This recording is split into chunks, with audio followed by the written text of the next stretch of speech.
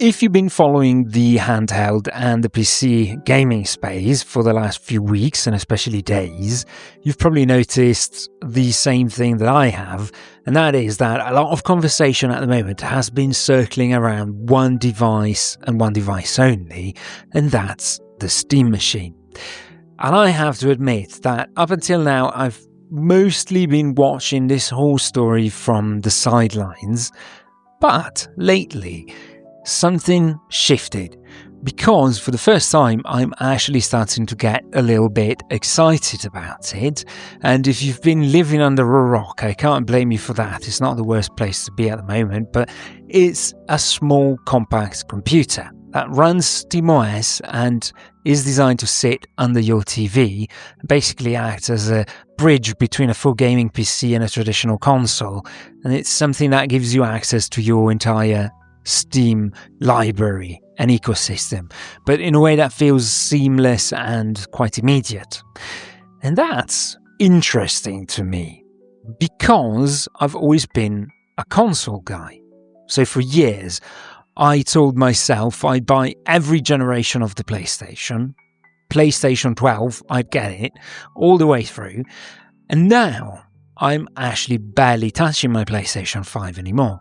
Not because I don't like it, but I just don't really feel the need to turn it on. And that's really started to change when I got the Steamdeck 2 years ago, because suddenly everything I wanted, everything I needed was just there.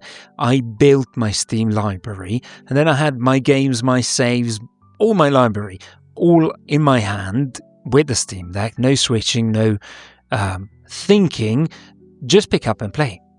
And that's where this new Steam machine, I feel, starts to make sense. Because if I can take that exact same experience and just move into the living room, no platform switching, no ecosystem, just continue, same game, same save, same moment, well, that's actually quite brilliant.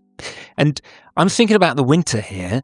I'm thinking about being at home, projector on, lights down, and I'm just playing. I'm not deciding where to play, not thinking about what system to use, but just continuing exactly where I left off. And later, picking back up, for example, when I'm not at home, on a handheld. And that's what feels different, because for years, gaming has been getting more powerful, but it's also been getting more complicated with more systems, more subscriptions, more friction. And this feels like the opposite. It feels like things are starting to simplify again. And when you look at it in that way, it actually makes a lot of sense for some people, and I definitely recognize myself here. One is the kind of person who loves the couch and the controller and are tired of the locked doors that the console systems offer. So you want the massive Steam library and those legendary Steam sales, you want to access all of that, but you don't want to deal with the deep end of building a full PC setup. You want the freedom of PC gaming with the simplicity of a console. Then this does make a lot of sense to you. Or if, like me, you're a handheld addict and you're already living in the SteamOS ecosystem, for example with the Steam Deck, you already know the magic. But when you get home, you want that same experience, your saves, your library, your exact moments in the game, but you want to maybe boost it, hopefully, to 4K on a big screen without having to fiddle and without all that nature of the docks and cables, which are by nature quite fiddly. And you want your handheld's pro version for the living room. And then you got the simple searcher, I call it, and this is the kind of person who doesn't even own a gaming PC, has no desire to build one, and they're not looking for a hobby. All they're looking for is a gaming appliance. You want a box that works, updates itself, and stays out of your way, and maybe even doubles up as a PC, a Linux PC, which the Steam machine allegedly does. But let's be real, this is also not for everybody, because if you have a high-end PC already, this probably won't give you anything new. Because if you're the type of guy that likes to push everything to 144 frames per second on Ultra, this will feel very limited. And if you enjoy building your own setups, tweaking paths, optimizing clock speeds, this isn't it either, because this isn't a hobby machine, this is a product. And I have to admit, I'm a bit torn on that, because I'm somebody who cares extremely about visuals. I like being completely wowed by how a game looks, and realistically, a compact box with the specs that we've been seeing likely won't be the most powerful thing you can buy in 2026. So I don't fully know yet how that trade-off is going to feel. But I'm starting to realize something else. Maybe it doesn't have to be the best looking machine. It's a little bit like the Steamdeck. Maybe it just has to be good enough at all time. And if it's seamless, if it's always there, if it's just working, that might matter more than I think. And then we've got Valve, and there is, I would say, a high level of trust with Valve, because we've seen that they really support their hardware, they optimize, they iterate, and even if things are not perfect at launch, I'm pretty sure that it's not going to stay that way for very long.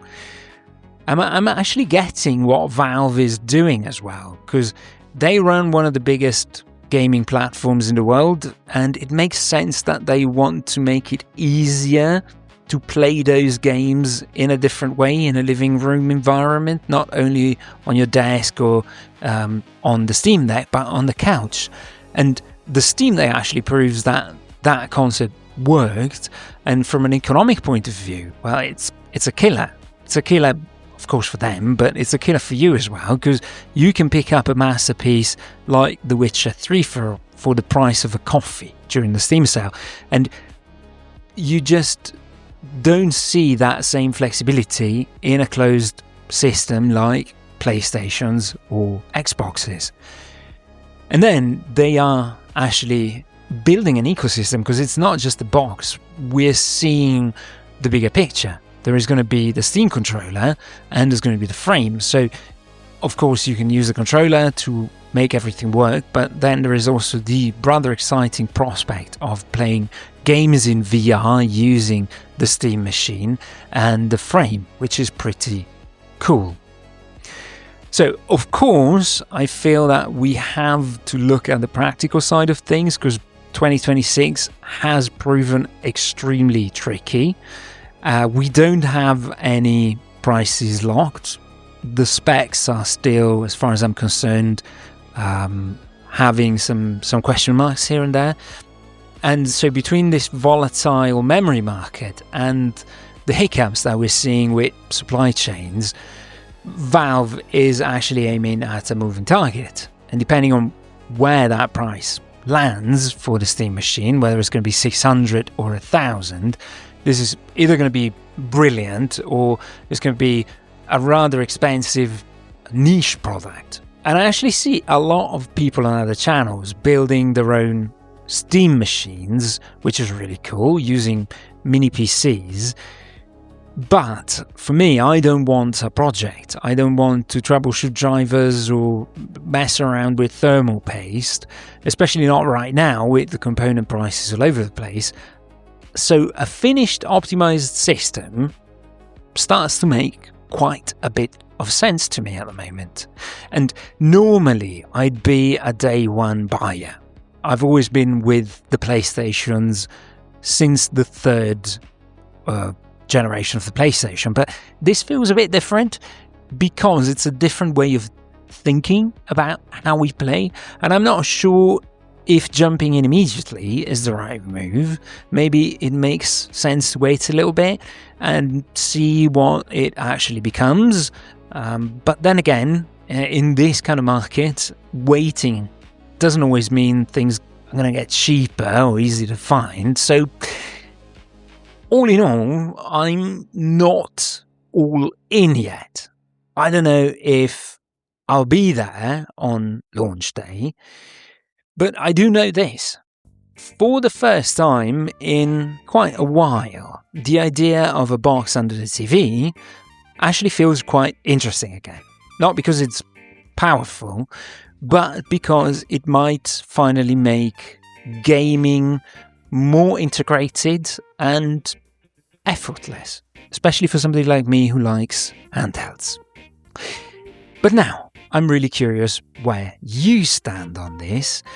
Is this the console killer you've been waiting for, or are you staying put with what you have? Please let me know down below. I'm very curious to hear this. It's an interesting conversation. And if you enjoyed this kind of more reflective take on the whole subject, well, why don't you stick around? It's great to have you.